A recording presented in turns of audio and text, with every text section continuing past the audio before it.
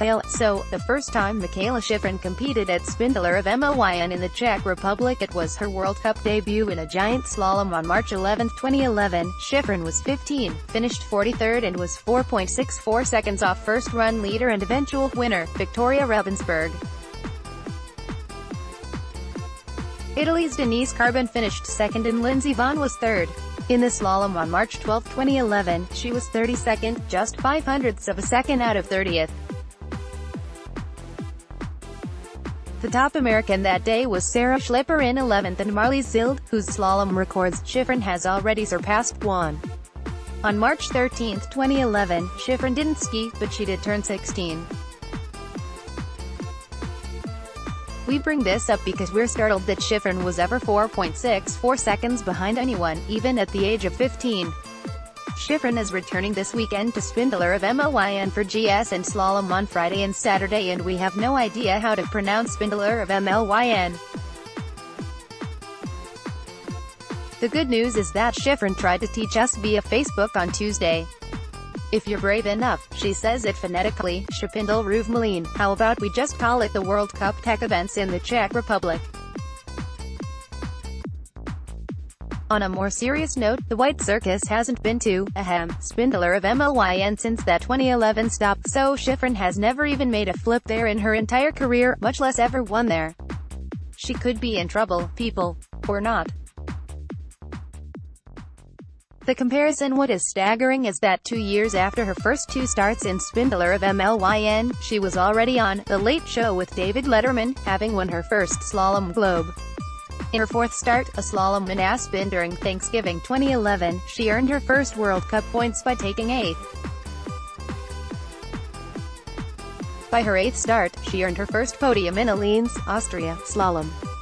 In a wee bit of adversity, at least on a Shiffrin scale, it took her all of 24 starts to win on the World Cup, and Sweden, slalom on deck. 2012. By the end of that 2012-13 season, she wins her first World Cup slalom title as well as her first FIS Alpine World Ski Championships gold medal. In fewer than 7 years, she's won 57 times on the World Cup, has 5 world golds and 2 more from the Olympics. I abhor the whole Shiffrin-Vonn comparison thing. I'd only bring it up because what we saw with Vonn was, in theory, a once-in-a-generation phenomenon. While different in skiing background, general personality and approach to competition, what they do share is a level of dominance.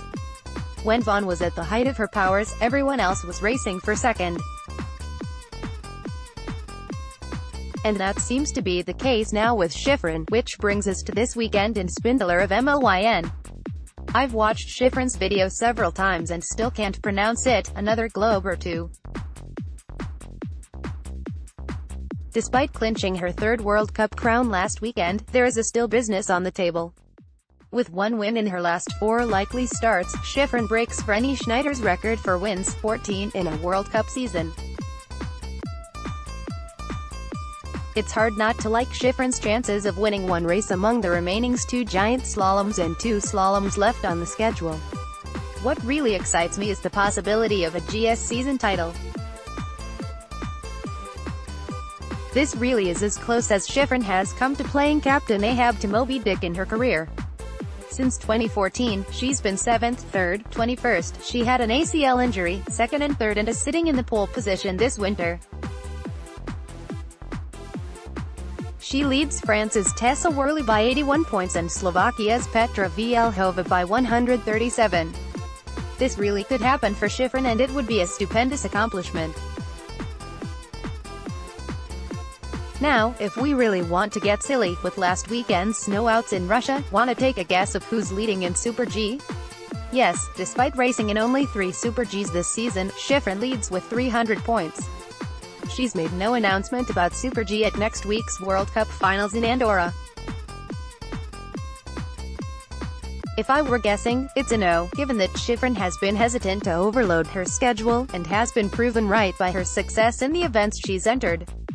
In the meantime, welcome back to Spindleruv Mlyn, Mikaela.Shiffrin at VAILdaily.com.